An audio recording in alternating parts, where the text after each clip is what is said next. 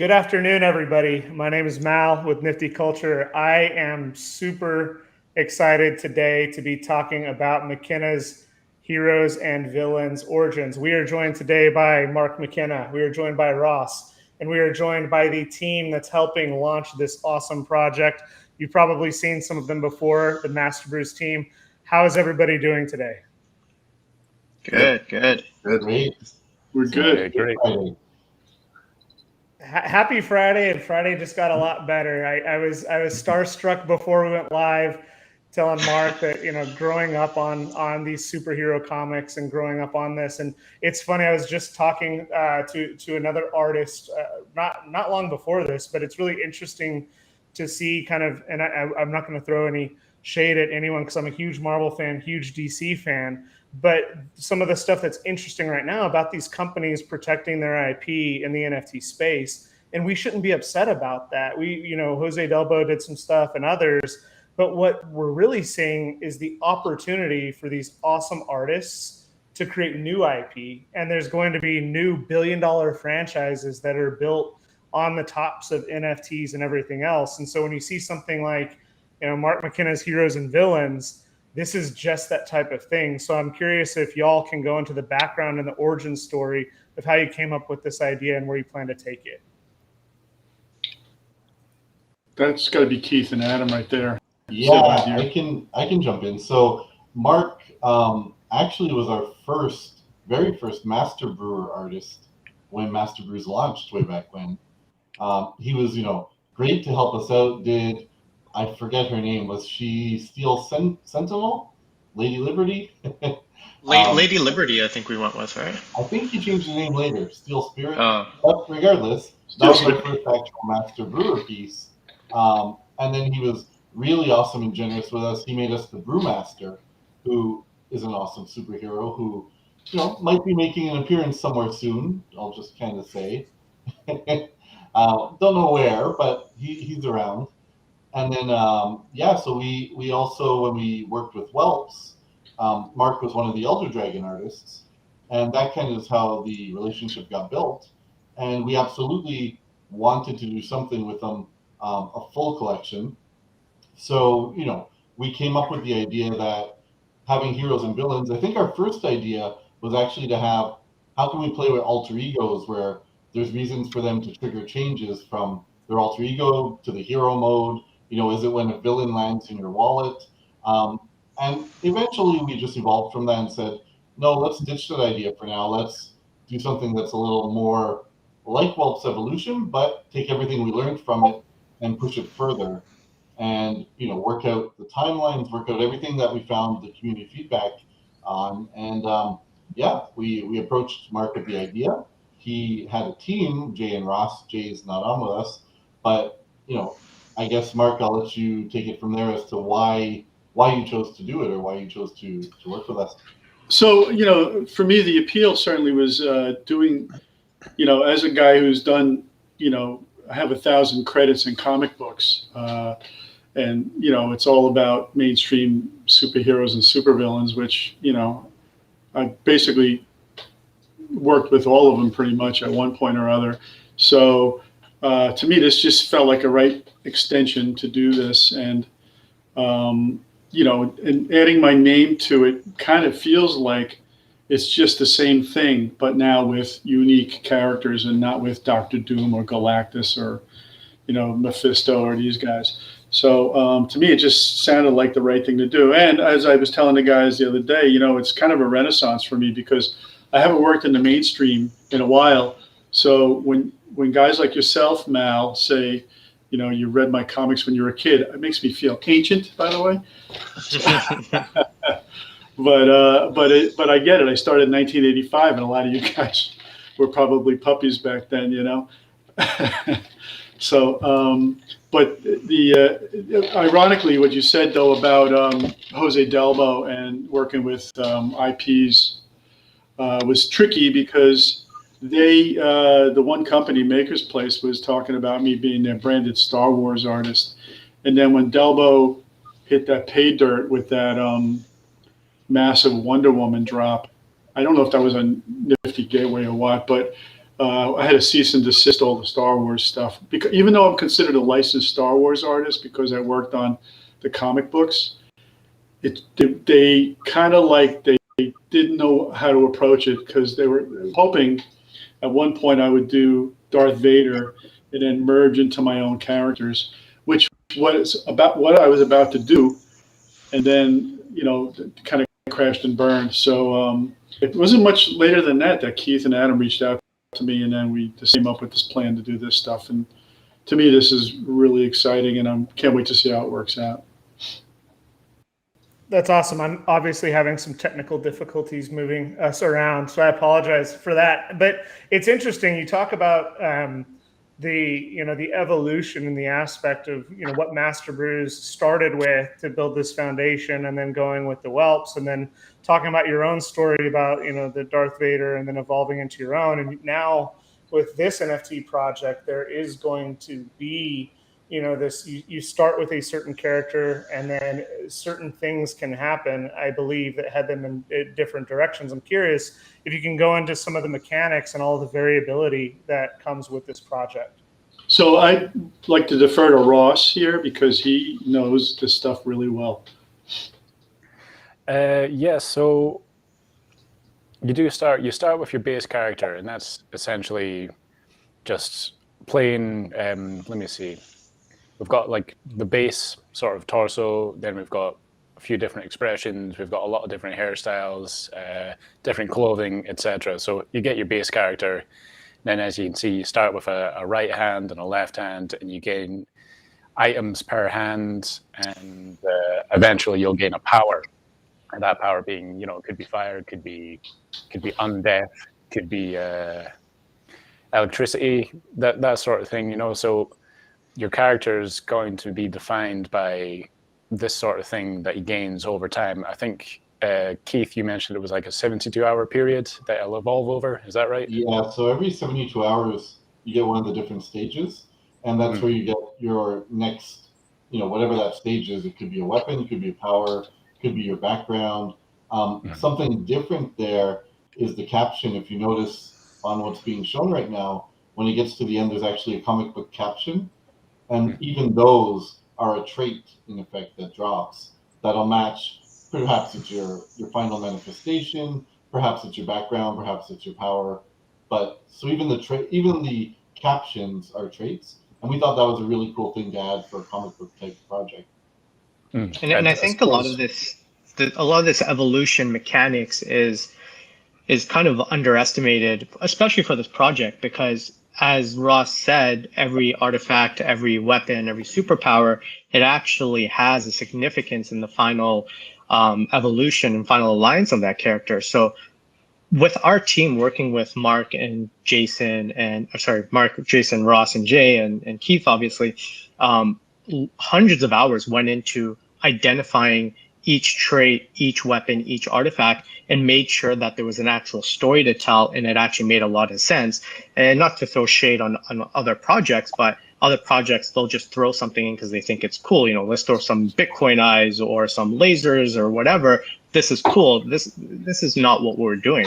Everything plays such a big factor in this project, and so many hours went between our team and Mark's team, and a lot of meetings, and just to make sure our traits, artifacts, everything made sense and played into the story that we're trying to tell, which is ultimately going to build into a really good IP, as you alluded to earlier, Mal.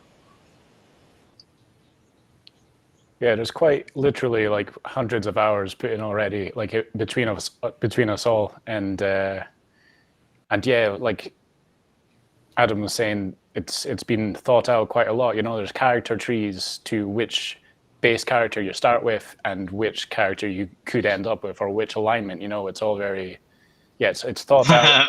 Mark's putting up, yeah. I wish I could move into the. Yeah, it's thought out, and I mean, there's going to be some amazing characters for sure. I did the math. If we did not define trees, there were over 35 billion combinations possible. Not million, billion. And by defining it to trees, we got that down to around, I think, 47 million. So there's still a lot of variety. hopefully we'll sell out 47 million. Sounds good to me. I don't want to have to cut that check, man, you know? Yeah, and you know, a lot of that, a lot of those hours spent, it can be seen in everything we do every day, and all of those sneak peeks.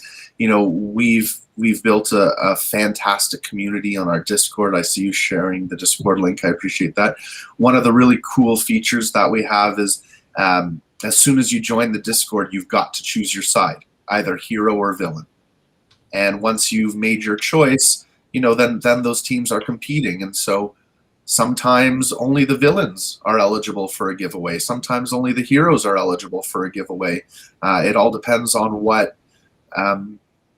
you know, what marks we've hit and how the activity levels are that day. But yeah, come join the community. You get to hang out with me, you get to hang out with Ross, and choose your side. I think it's really interesting to see the psychology between who chooses heroes and villains and why. Yeah, I was actually thinking about that, and I was going to ask. I played a lot of World of Warcraft growing up. Not growing up, as an adult, but there's a disproportionate number. It may have changed now, but there was always a disproportionate number of the Horde versus the Alliance. And so I'm curious to see, you know, one of the things that's really interesting about NFTs, and Too Perfect, our mod said it this earlier about being early. When you think about how early we are, a lot of game theory goes into a lot of these types of things, right? These are the first NFTs. You guys have had experience now with Master Brews and Whelps, kind of understanding some of the game theory that comes with it. But when you talk about millions, or I don't know, was it billions or millions of combinations, the game theory that starts coming into play with this is you all have spent hundreds of hours coming up with designs and all these things, but you have a little bit less control of some of this outcome. So it's really exciting, or it has to be exciting, to think about how is the community going to self-sort in heroes and villains, and how does the invisible hand start to influence that behind the scenes as this thing grows and evolves over time. Yeah, so one part I want to mention, because some people don't know this, but you don't get to choose if you're a hero or a villain in the actual draw. Okay. You mint someone. So Mal, we could get the exact same base character. Maybe he has different hair, maybe he has different looks, but then based on the path, each item, each power, even the background, it affects and builds our story. And that story will provide probability points to which side we end up in our final manifestation. So we could be going even on the same path for 3 or 4 evolutions, and then something happens to my character and something happens to yours, and well, hey, now at the end I'm a villain, you're a hero. So it's kind of the journey and the story, and that's why this one is called Origins, because that's the mechanic that we want to focus on. That people, I don't think many people are aware of it. They just think, oh, I'm going to mint, I'm going to get a hero, I'm going to get a villain. No, it's actually going to be the journey and the evolution that decides that at the end, based on probabilities. So there might not be an equal number of heroes or villains. I mean, most likely there will not be an equal number. We don't know how it's going to turn out, and that's part of the fun for everyone. So, yeah, that's go on. I was just going to say, though, if you are concerned about making sure you get a hero or a villain, there is a way to do that for a future drop, sort of. I don't know if we want to talk about the passes right now, but yeah. Yeah, let's get into the timeline. So there's a couple different moving parts right now. First and foremost, if you're looking for the website, it's not up yet. You have to join their Discord. You have to follow them on Twitter, which is why I put both of those links in the chat. It is HV_origins on Twitter. Make sure you go and follow that, and that will get you a link to their Discord. The website is coming shortly after this. There are going to be passes, hero passes and villain passes, that are going to be accessible. Can you guys describe those for a moment? Yeah, so we can start off by, I know a lot of people on our Discord listening in, and they're very excited to know more about the passes. So we can make this a NFT Culture exclusive announcement. It is dropping on Monday the 18th. And the hero and villain passes is our way of allowing the community to really invest into the long-term potential of the project.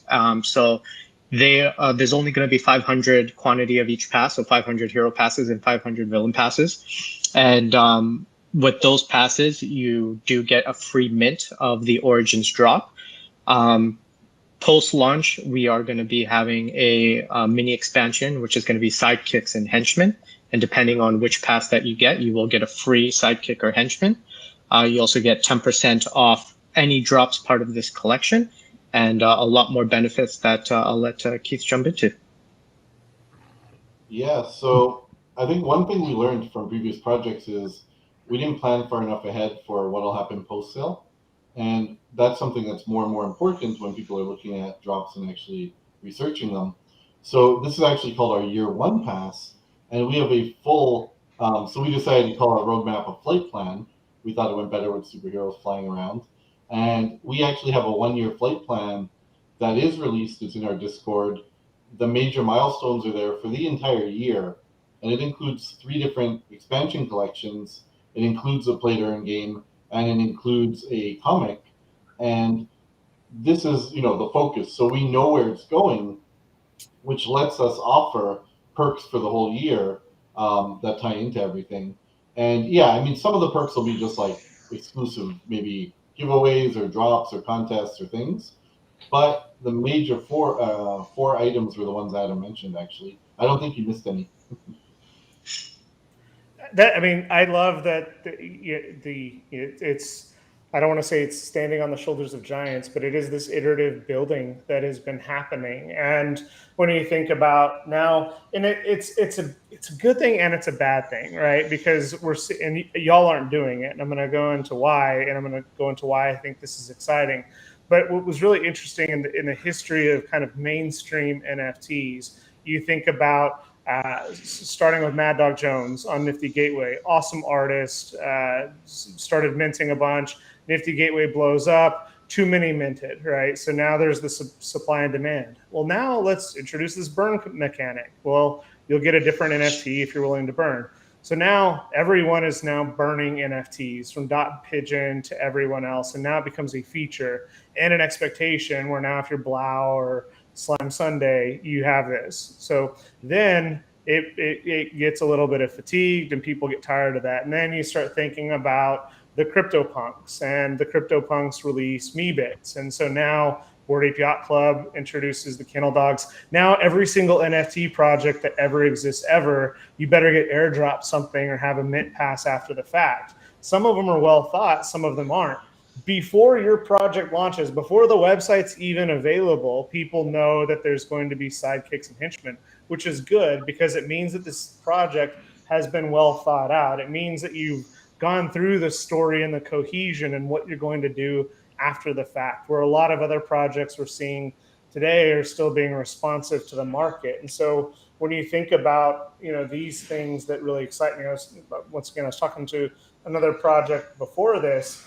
I'm just super excited and thankful that we were able to see storytelling come into this space in such a way that people can have a connection and a feel with it. And I'm incredibly thankful that this isn't another zoo animal type of drop. And the thing that is really exciting about these types of projects, it's a mature team that has proven success in the market. It's a mature team of artists that can come together to create these awesome output. And when you combine those types of things, this is exactly what NFTs need, because we're seeing a lot of the culture around NFTs that are, I call it DeFi wrapped NFTs or NFT wrapped DeFi, where there's a lot of unhealthy stuff happening. There's a lot of these projects, and a lot of people that come into the NFT space don't know where they can safely place their bets anymore. Do I buy the 13th koala? Do I buy, this? And some of the art's great. And if you love koalas, buy a koala, please. That's awesome. But buy it knowing that there's probably not a roadmap and it might go to zero. But if you're a collector and trust doxed teams that aren't anonymous, and if you know an artist that you, in my case, growing up in the 80s, able to collect, and now they're coming to the space, with a roadmap. That's the biggest endorsement I can give. I've never given financial advice, and I won't. But I can tell y'all that I'm super excited about this project for all the reasons I just described. Any other? Oh, go on.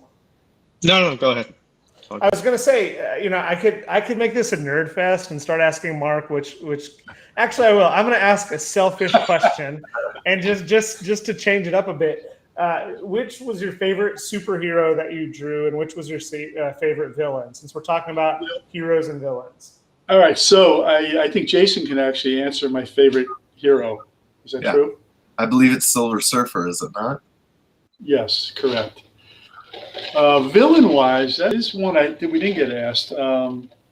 Wait, I think you have to give more on Silver Surfer though. Why is it your favorite villain hero? You could say that Silver Surfer is a hero and a villain in certain instances. Well, he's kind of what do you call it, an anti-hero or something, or kind of like Submariner, right? Well, my background with the Silver Surfer is that when I was a collecting kid. They had that 18 issue maxi series that Buscema and Stan Lee did, way back when, and that just, honed me in on the character. And I always felt for him. He got subject to be stuck on Earth. His wife or his girlfriend, Shao Bao, gets killed, and he's working for Galactus, and then he was. He didn't believe, he went in the Fantastic Four, or the enemy, and then he was a good guy. But he just was the right guy for me to get involved with.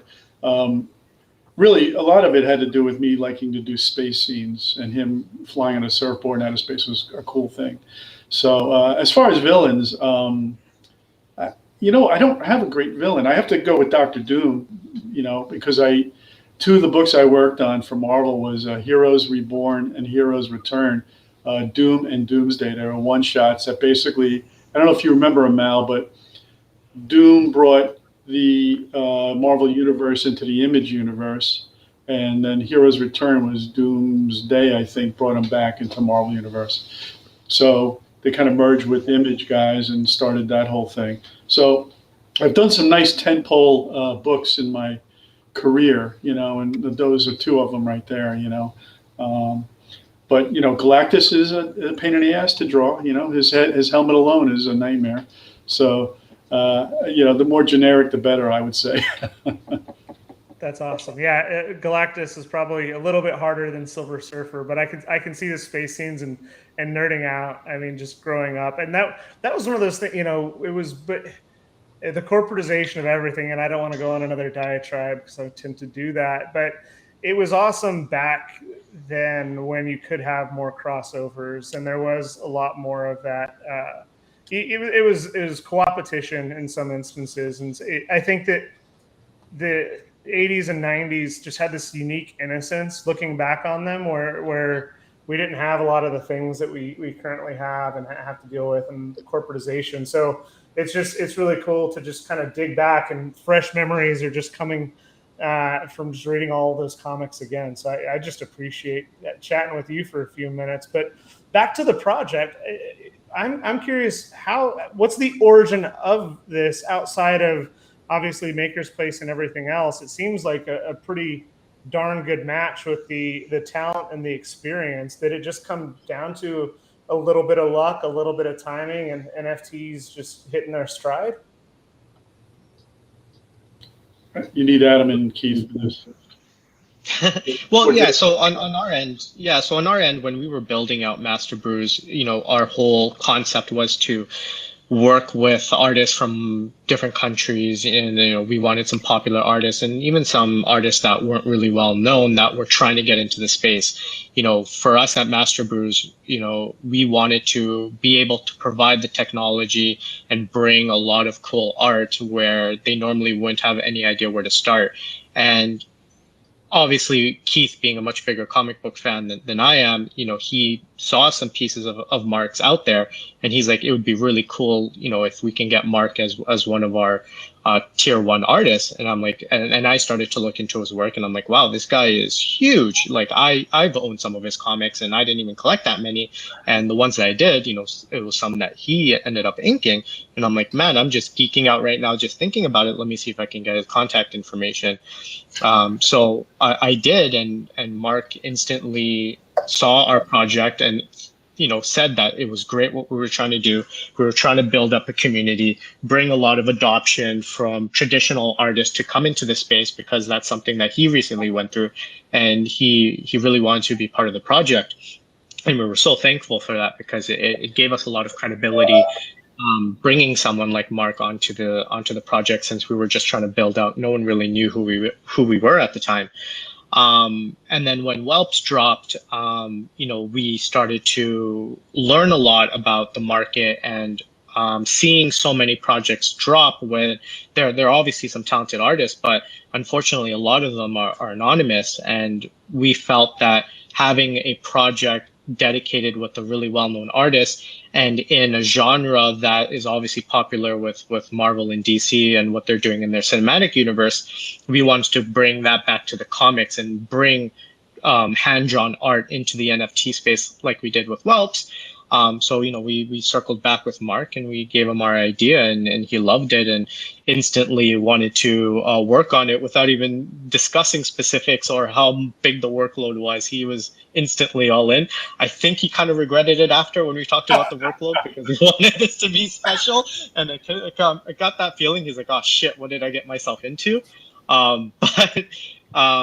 It was a lot of hard work on both sides. We got to work really close together, got to know Mark, Ross, and Dre a lot better. And these guys are just amazing individuals. They go above and beyond on any piece of work that they put into. And I hope the community can appreciate that, because, man, they've put blood, sweat, and tears into this thing. And it's going to be amazing once it drops. And my fingers are bleeding just now, Oh, sorry. I was So going to say, we do have someone full time who works a lot with Ross. They should practically be roommates at this point. Yeah. And his name is Marios. So he does everything from the character trees, the traits, the research, the probabilities, statistics, math. But he really, really pours in, like, making every minor detail as perfect as he can, to the point where, I'm sure Ross may have got fed up with his comments, but you know that all those hundreds of hours too, these are not things other projects have or do. They don't have people doing that type of thing. And we think it will make a difference. And we think people, will come to appreciate the attention to detail that's shown in those type of things.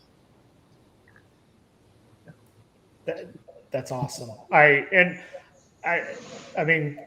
I'm getting starstruck again, but it's like, when you just think about like the perfect timing, perfect everything. I did want to talk about one more thing, because there has been some frustration a little bit with the Ethereum mints, and you guys are putting this on Solana. Is that correct? Yeah. And Solana NFTs have become incredibly popular over the last few months. In fact, there have been a lot of Solana tutorials. When you think about it, I was surprised by it, and I lack expertise in Solana. Can you guys go into a few? The reasons are obvious, right? Gas is typically a lot of the reason that people end up going with Solana. But I'm curious if you can go into detail in terms of why you made the decision. Did it impact the ability to do the evolutions, et cetera? Can you offer a little insight there? So I can talk about the why, and then I guess I can hand it over to Keith to talk about the technical side of things. But Solana has been on our radar for a while, and it really became evident that we wanted to make a change while helping the Whelps team kind of bring to market some of the cool stuff that they wanted to do on their project. And they had a lot of ideas, and a lot of our response was, well, gas is just going to crush this. You can't do this because of gas. You can't do this because of gas. And, there's a lot of frustration on that. And the reason why we ended up putting a lot of resources together and moving that project to Polygon, so we can start building out a lot more functionality for them that they want to do to continue to provide value and cool mechanics to their project. So when we were talking about this hero and villains drop, at the time Solana was exploding. And we looked at it as a possibility, but we really wanted to learn more about Solana before we made that decision. So the first thing we did was we looked at a lot of projects, and obviously one of the ones that really boomed are, I don't want to say they're direct copycats, but they're definitely inspired by a lot of popular Ethereum projects. So you have they have their own Apes project, they have the Punks, and then they also have their very unique ones with play to earn mechanics that are very popular as well. So we ended up getting a meeting with Solana Art directly because they have been in the space. We feel that they have one of the best marketplaces out there for Solana, just to get their feedback on how they looked at the landscape. And that was a really good meeting. And then we ended up meeting directly with some guys at Solana Labs, which is a great bunch of people over there. And we explained, what we were trying to do and how they felt the kind of economy side of things on Solana was trending towards. So we got to learn a lot about Solana and what they're doing with their upcoming technology and what they're capable of. And we were just sold. We really like what Solana is doing. We appreciate a lot of the support that they have on their side of helping projects like ours move along. We have a lot of development resources now available to us if we need it from Solana Labs. We're able to do some unique things on the marketplace with Solana Art that we can't do on OpenSea. So it was just a combination of just so many positives. And on top of it, and kind of for our own vanity's sake, we want to be that first top tier blue chip, fully doxed IP brand on Solana, because we just feel like that hasn't happened yet.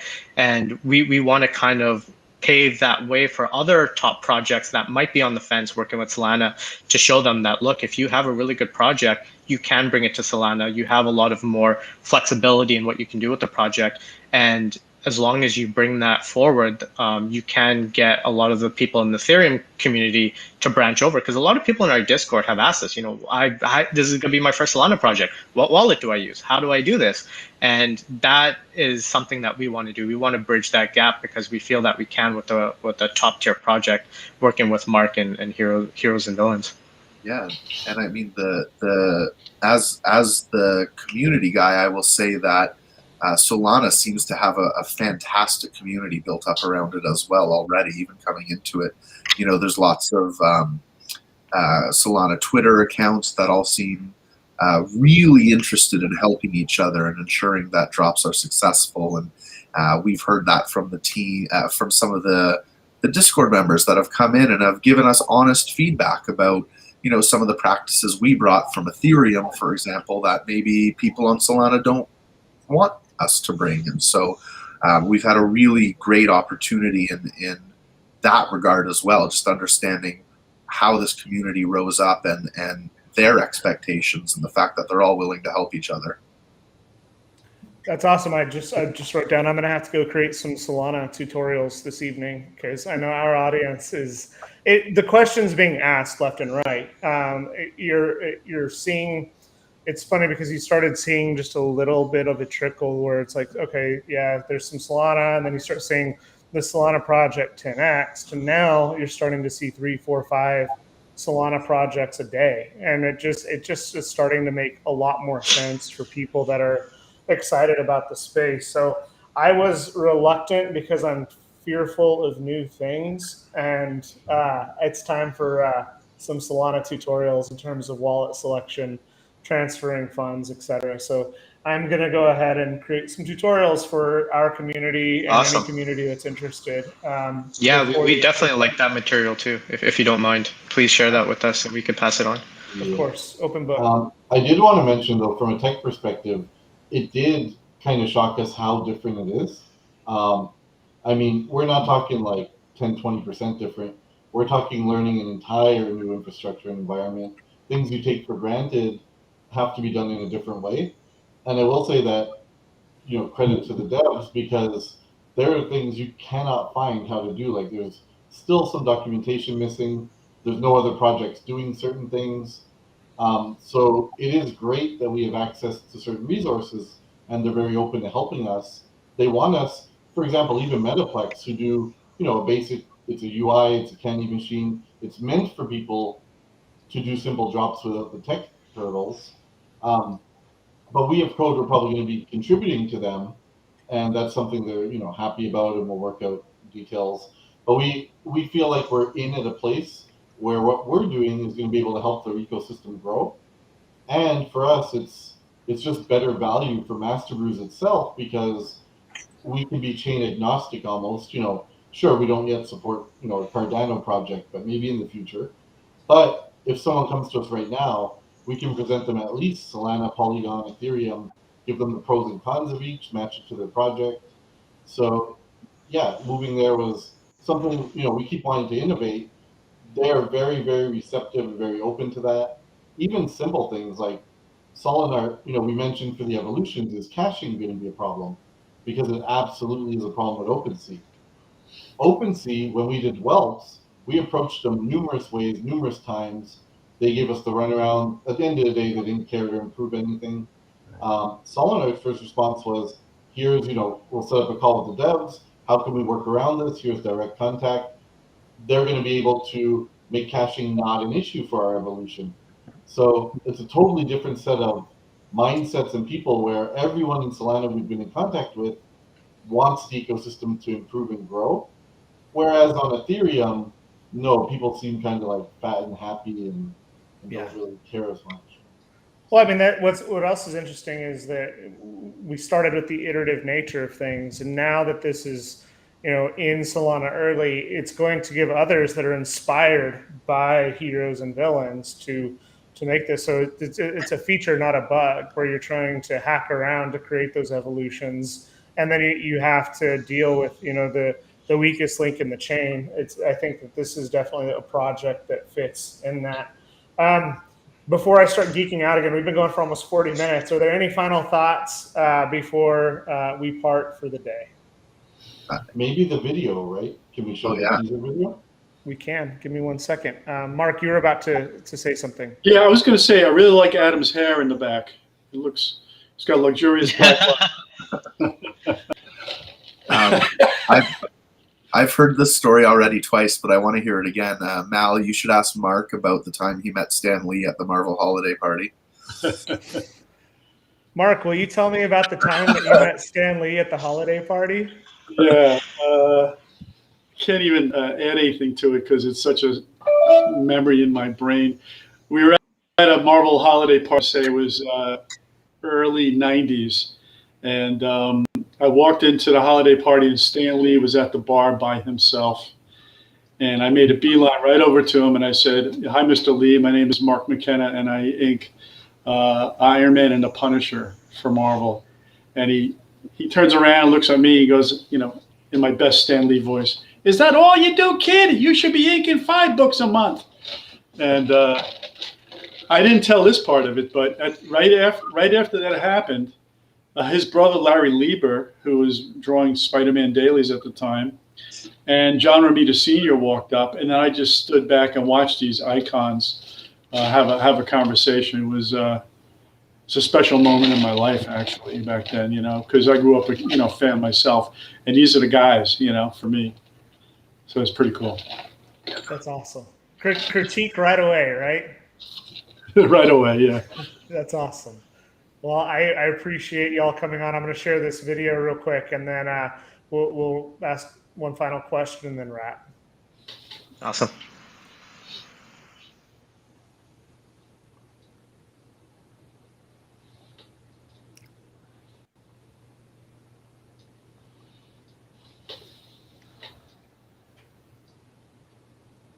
Oh, you may want to put the sound on for this one. Yeah, we're missing the sound on that.